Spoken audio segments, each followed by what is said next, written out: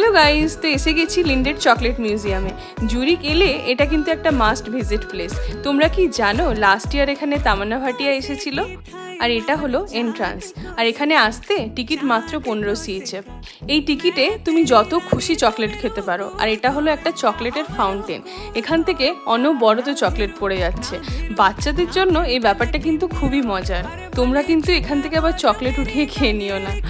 এই মিউজিয়ামে কিন্তু একটা বোটানিক গার্ডেনও আছে। এই যে চলে এলাম বোটানিক গার্ডেনে। এখানে বিভিন্ন ধরনের কোকোয়া ট্রি ছিল, আর তাতে ছিল রং বেরঙের কোকোয়া ফল। আর এখান থেকে আমরা কোথায় গেলাম? এই যে পৌঁছে গেলাম একটা মজাদার জায়গায়। খালি চকলেট নাও আর খাও।